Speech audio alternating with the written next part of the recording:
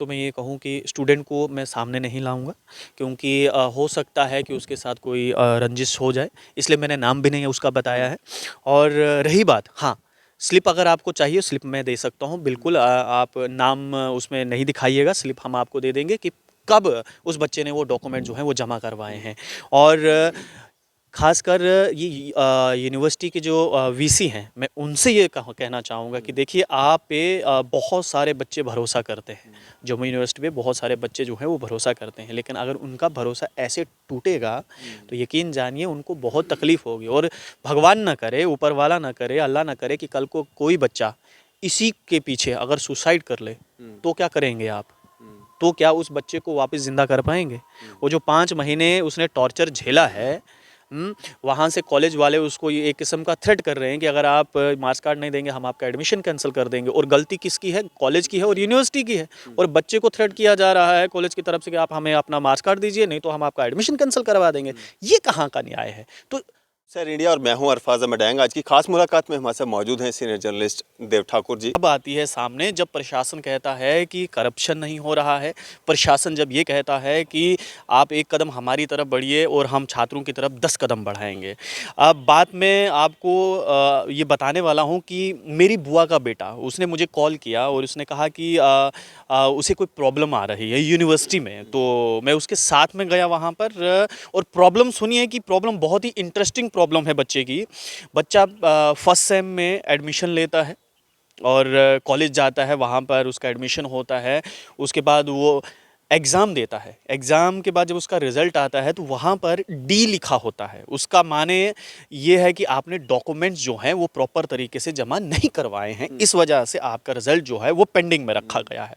बात समझ आती है कि डॉक्यूमेंट्स नहीं दिए, लेकिन सवाल यहाँ पर ये है कि अगर बच्चे के डॉक्यूमेंट्स आपके पास प्रॉपर नहीं थे, आपने बच्चे को एडमिशन दिया कैसे?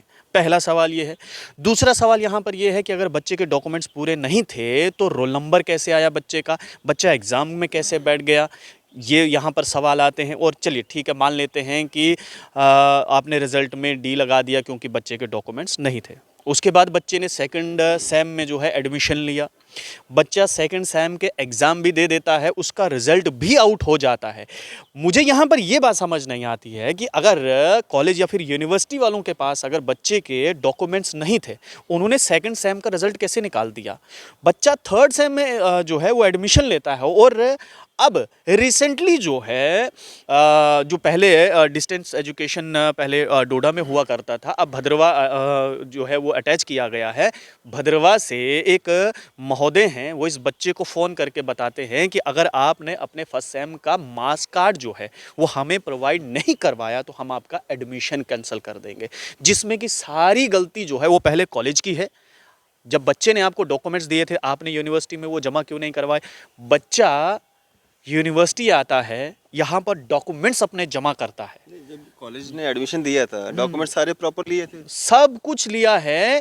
और बच्चे ने खुद से जम्मू यूनिवर्सिटी में आकर जो हैं वो अगस्त महीने में डॉक्यूमेंट्स जमा किए, जिसकी बाकायदा रसीद जो है वो यूनिवर्सिटी ने बच्चे को दी कि फिर से मतलब डॉक्यूमेंट उसने यूनिवर्सिटी में भी जमा बिल्कुल बिल्कुल बिल्कुल उस बच्चे ने यूनिवर्सिटी में जाकर अपने डॉक्यूमेंट्स जो हैं वो जमा करवाए। और बाकायदा यूनिवर्सिटी ने उसका रसीद दिया कि हाँ आपने हमें डॉक्यूमेंट्स दिए, ये आप अपना रसीद ले लीजिए और आपका अब रिजल्ट जो है वो ऑनलाइन हो जाएगा।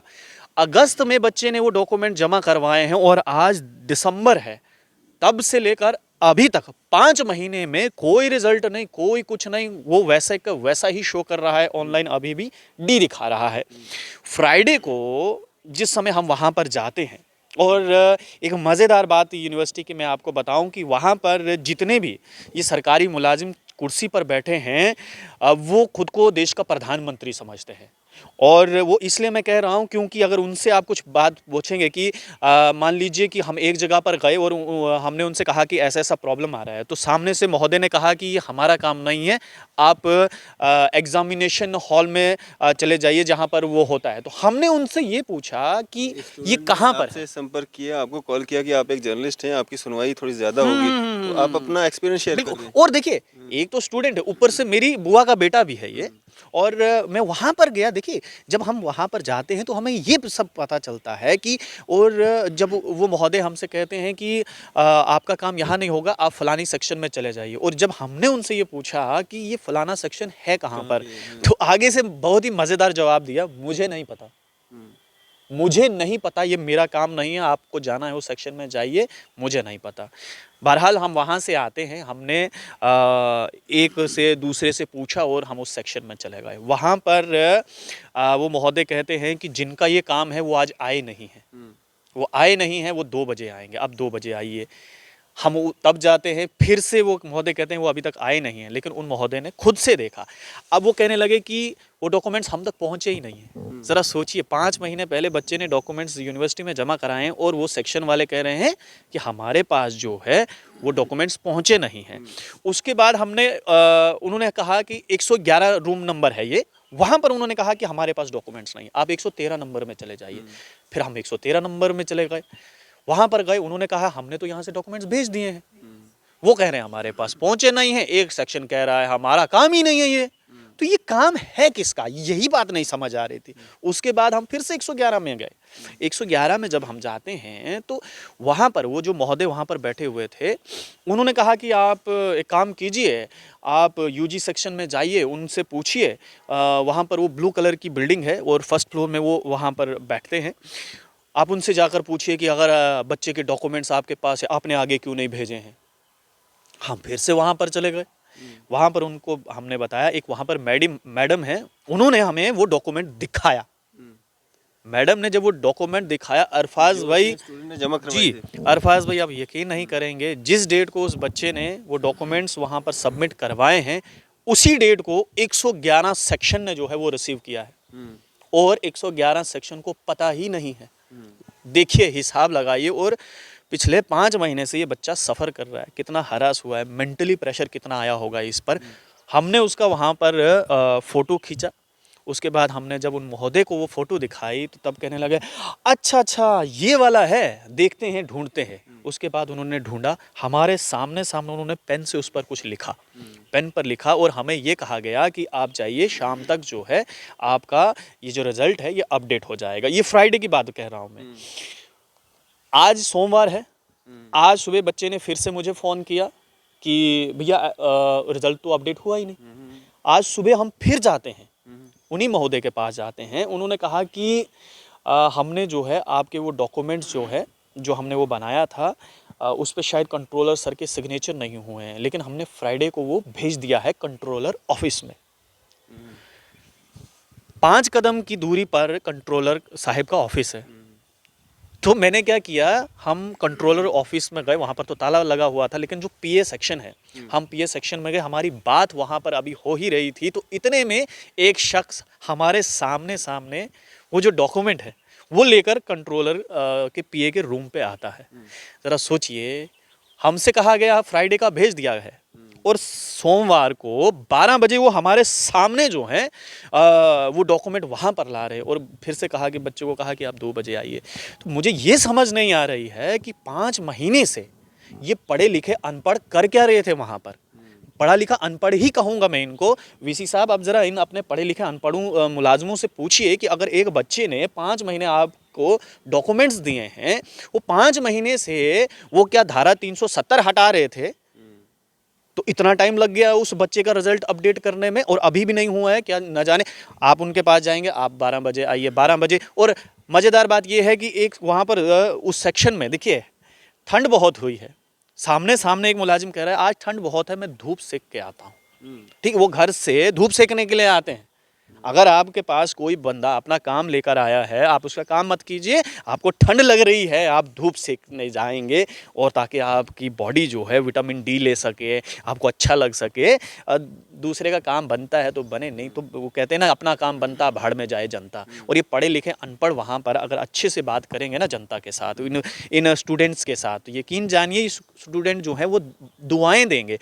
अब ये बच्चा कितना हरास हुआ होगा 5 महीने से, 4 से 5 चक्कर इस बच्चे ने लगाए हैं। और ये बच्चा डोडा से आता है, कम से कम 5 से 7 हज़ार रुपया इसका खर्च हो चुका है। वो पैसा कौन देगा? क्या वाइस चांसलर साहब देंगे, या वाइस चांसलर साहब के ये जो पढ़े लिखे अनपढ़ मुलाजिम हैं वहाँ पर ये इनको देंगे? कि 5 महीने पहले अगर बच्चे ने आपको डॉक्यूमेंट जमा करवाए हैं, उसका अभी तक रिजल्ट क्यों नहीं अपलोड किया गया? आपने अभी तक डी रखा हुआ है उस पर। अगर बच्चे के डॉक्यूमेंट्स, पहले तो आप वो कॉलेज वालों से पूछे, बच्चे की तो इसमें गलती नहीं है। गलती इसमें सारी की सारी जो है वो कॉलेज वालों की है, और आपने सारा ठेकरा बच्चे के ऊपर ये जो है फोड़ दिया। बच्चे को कहा कि आप बाई हैंड जाइए, आप पहुंचा दीजिए वहां पर डॉक्यूमेंट, और मज़ेदार जवाब देते हैं आगे से, प्रोसेस में चल रहा है आपका काम। ये कौन सा प्रोसेस है? ये 5 महीने से मैं ये पूछना चाहूँगा उन पढ़े लिखे अनपढ़ मुलाजमों से कि ये 5 महीने से ऐसा कौन सा प्रोसेस चल रहा है, ऐसा कौन सा वो दस्तावेज़ बना रहे थे, ऐसा कौन सा वो डोजियर बना रहे थे कि 5 महीने लग गए उस एक बच्चे के डॉक्यूमेंट उनसे अपलोड नहीं हो पाए। आपके पास अगर सब कुछ वहाँ पर अवेलेबल था, मंशा नहीं है करने की, घर से आना है, ठंड लग रही है, धूप सेकना है, महीना पूरा करना है। और सब मज़ेदार बात यह है कि कहते हैं आप 12 बजे आइए, 12 बजे आप वहाँ पर जाएंगे तो आपको ये कहा जाएगा कि सर ना अभी किसी मीटिंग में है, आप 1 बजे आइए, और 1 बजे जाएंगे तो 1 बजे लंच टाइम हो जाता है। आप 2 बजे आइए, 2 बजे जाएंगे तो सर अभी बाथरूम गए हैं, वैसे 3 बज जाएंगे, 3 बजे आएंगे, ओहो आप तो 3 बज गए हैं, आप एक काम कीजिए, आप सुबह 10 बजे आइए, आपका काम हो जाएगा। ये रोज़ का रूटीन बना के रखा हुआ है।